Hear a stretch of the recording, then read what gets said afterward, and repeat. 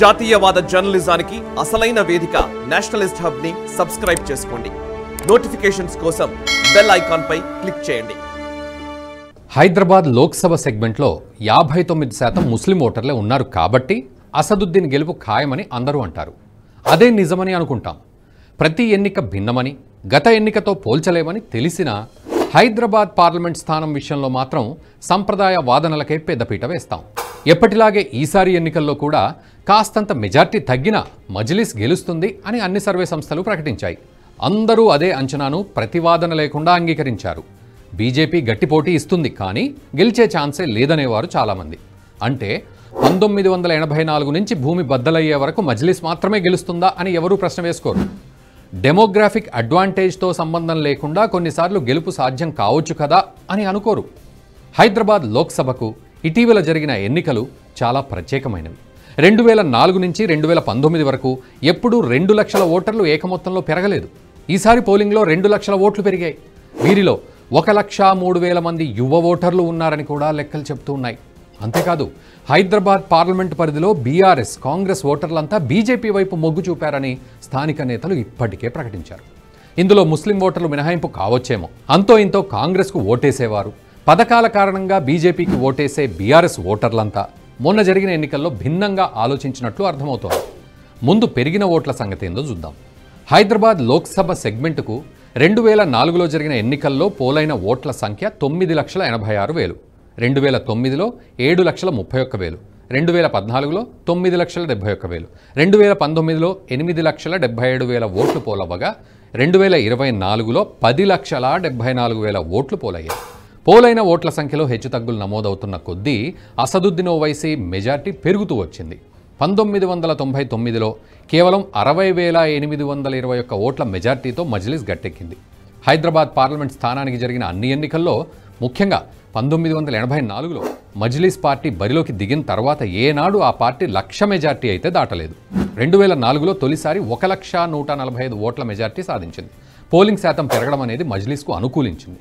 2009లో జరిగిన నియోజకవర్గాల డీలిమిటేషన్లో వికారాబాద్, తాండూర్ లాంటి ప్రాంతాలు చేవెళ్ల సెగ్మెంట్లోకి వెళ్ళిపోయాయి. దీంతో సెగ్మెంట్ డెమోగ్రఫీ మొత్తం మారిపోయి మజ్లిస్కు మరింత అనుకూలమైన పరిస్థితి వచ్చింది. 2009లో జరిగిన లోక్సభ ఎన్నికల్లో మజ్లిస్ మెజార్టీ మరింత పెరిగి 1,13,865 ఓట్లు వచ్చాయి. మజ్లిస్ మెజార్టీ ఎలా పెరుగుతూ వచ్చిందో బీజేపీ ఓట్ల శాతం క్రమంగా తగ్గుతూ వచ్చింది. ఓట్లు చీల్చే పార్టీలు, స్వతంత్ర అభ్యర్థులు కూడా పెరిగారు. మజ్లిస్ బలం కంటే ఇతరుల బలహీనతలన్నీ ఓవైసీకి లాభం చేస్తూ వచ్చాయి. 2014లో జరిగిన ఎన్నికల్లో పోలైన ఓట్ల సంఖ్య 9,71,000 ఓట్లు. మజ్లిస్ పార్టీకి ఎప్పుడూ లేని విధంగా 2,02,000 పైచిలకు మెజార్టీ. ఫలితాలను కాస్తంత లోతుగా చూడకపోతే మజ్లిస్ బలం భేదించలేనిదిగా కనిపిస్తుంది. 2014లో జరిగిన ఎన్నికల్లో బీజేపీ మునుపెన్నడూ లేని విధంగా 3,11,000 ఓట్లు సాధించింది. 2014లో మజ్లిస్ బలం పెరగలేదు, బీజేపీ బలపడింది. కానీ ఇతర పార్టీలు బలహీనపడ్డాయి. అదేలాగో కూడా చూద్దాం. 2009లో మజ్లిస్కు గట్టి పోటీ ఇచ్చిన టీడీపీ 2014 ఎన్నికల నాటికి మనుగడలో లేదు. 2014 ఎన్నికల్లో టీడీపీకి 1,94,000 పైచిలకు ఓట్లు వచ్చాయి. హైదరాబాద్ స్థానంలో ఎప్పుడూ 2వ స్థానంలో ఉండే బీజేపీ ఈ ఎన్నికల్లో 4వ స్థానానికి పరిమితమైంది. కాంగ్రెస్ అభ్యర్థి 93,000 పైచిలకు ఓట్లు సాధించాడు. బీజేపీ అభ్యర్థి కేవలం 75,000 ఓట్లు వచ్చాయి. 2014 ఎన్నికల్లో బీజేపీకి 3 లక్షల ఓట్లు వచ్చినా కాంగ్రెస్, టీఆర్ఎస్లు నామమాత్రపు పోటీ ఇచ్చాయి. ఈ నామమాత్రపు పోటీ కారణంగా కాంగ్రెస్, టీఆర్ఎస్ ఓట్లన్నీ మజ్లిస్ వైపు మళ్ళాయి. హిందూ ఓట్లు బీజేపీకి పడ్డాయి. ఎక్కువ సంఖ్యలో ఓట్లు మజ్లిస్కు పడటం వల్ల పార్టీ గెలిచింది. అందుకే ఏకకాలంలో మజ్లిస్ మెజార్టీ పెరిగింది, బీజేపీ ఓట్ల శాతం కూడా పెరిగింది. 2009లో ఓట్లు చీల్చినట్టు కాంగ్రెస్, టీఆర్ఎస్ అభ్యర్థులు శక్తి కొద్దీ బరిని ఉద్రిక్తం చేసి ఉంటే బీజేపీ బొటాబొటీ మెజార్టీ అయినా విజయం సాధించేది.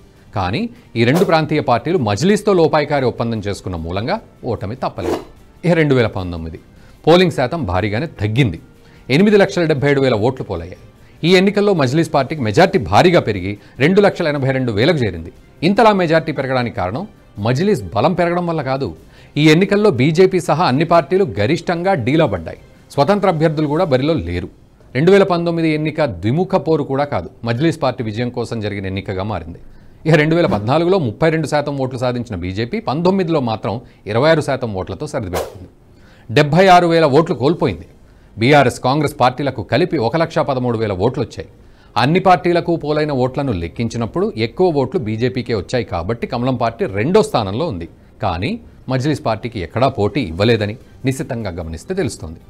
5,17,000 ఓట్లతో 63.95% ఓట్లు మజ్లిస్ సాధిస్తే బీజేపీ అందులో సగం ఓట్లను కూడా సాధించలేదు. అంటే మొత్తం ఆటలో ఇతర ఆటగాళ్ల ఆటతీరు మందగించినప్పుడు మజ్లిస్ పార్టీ భారీ మెజార్టీతో విజయం సాధిస్తూ వస్తోంది. బీజేపీ ఎక్కువ శాతం ఓట్లను కైవసం చేసుకుని 2వ స్థానానికి పరిమితమవుతోంది. ఇక ఇటీవల జరిగిన ఎన్నికల్లో హైదరాబాద్ సెగ్మెంట్లో మొత్తం 10,74,000 ఓట్లు, అంటే మునుపటి కన్నా సుమారు 2 లక్షల ఓట్లు ఎక్కువ పోలయ్యాయి. మలక్పేట, చార్మినార్, కార్వాన్, గోషామహల్ అసెంబ్లీ సెగ్మెంట్లలో కొత్త ఓటర్ల సంఖ్య పెరిగింది. పెరిగిన 2 లక్షల ఓట్లే మొత్తం ఎన్నిక తీరును మార్చనున్నాయి. ఇప్పుడు పెరిగిన ఓట్లలో కేవలం ముస్లిం ఓట్లే కాదు, పెద్ద సంఖ్యలో హిందువుల ఓట్లు కూడా ఉన్నాయి. దీనికి తోడు గతేడాది ఎన్నికల కమిషన్ తెలంగాణ వ్యాప్తంగా 22 లక్షల బోగస్ ఓట్లు తొలగించింది. ఇందులో 10 లక్షల ఓట్లు గ్రేటర్ పరిధిలోనివే, దాదాపు 2 లక్షల ఓట్లు హైదరాబాద్ పార్లమెంట్ పరిధిలోవి. అంటే 2 లక్షల ఓట్లు పెరగడంతో పాటు మరో 2 లక్షల ఓట్లు తొలగించబడ్డాయి. దీనికి తోడు బీఆర్ఎస్ ఓటు బ్యాంకు మొత్తం బీజేపీ వైపు మళ్లిందని బీఆర్ఎస్ నేతలే ఒప్పుకుంటున్నారు.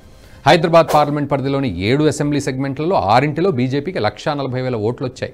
గోషామహల్ను కూడా కలిపితే 2,21,000 ఓట్లు పోలయ్యాయి. మొత్తం 7 సెగ్మెంట్లలో బీఆర్ఎస్కు పోలైన ఓట్లు 1,71,000, కాంగ్రెస్కు పోలైన ఓట్లు 1,10,000. ఒకవేళ బీఆర్ఎస్ ఓట్లు గంపగుత్తగబడితే బీజేపీ సాధించే ఓట్లు సుమారు 4 లక్షలకు పైమాటే. బీఆర్ఎస్ ఓట్లన్నీ గంపగుత్తగా బీజేపీకి ఎందుకు పడాలి, మజ్లిస్కు పడొచ్చు కదా అని కూడా మీరు అనొచ్చు. మజ్లిస్కు పడే అవకాశం ఉంది కదా అని అనొచ్చు. కానీ మొత్తం హైదరాబాద్ సెగ్మెంట్ ఎన్నికలు పరిశీలిస్తే సుమారు 2 లక్షల మజ్లిస్ వ్యతిరేక ఓట్లు నిలకడగా ఉంటూ వస్తున్నాయి.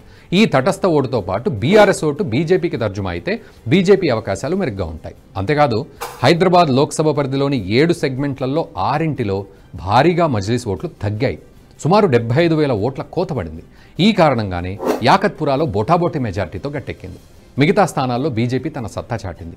ఇక ఈ మొత్తం లెక్కలు బేరీజు వేసుకుంటే అతి తక్కువ మెజార్టీతో బీజేపీ అభ్యర్థి మాధవీలత గట్టెక్కే అవకాశాలు పుష్కలంగా ఉన్నాయి.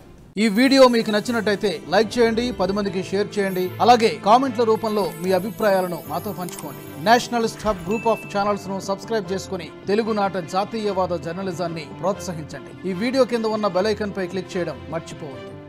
ఈ వీడియో మీకు నచ్చినట్టయితే లైక్ చేయండి, 10 మందికి షేర్ చేయండి. అలాగే కామెంట్ల రూపంలో మీ అభిప్రాయాలను మాతో పంచుకోండి. Nationalist hub group of channels ను సబ్స్క్రైబ్ చేసుకుని తెలుగునాట జాతీయవాద జర్నలిజాన్ని ప్రోత్సహించండి. ఈ వీడియో కింద ఉన్న బెల్ ఐకాన్ పై క్లిక్ చేయడం మర్చిపోవద్దు.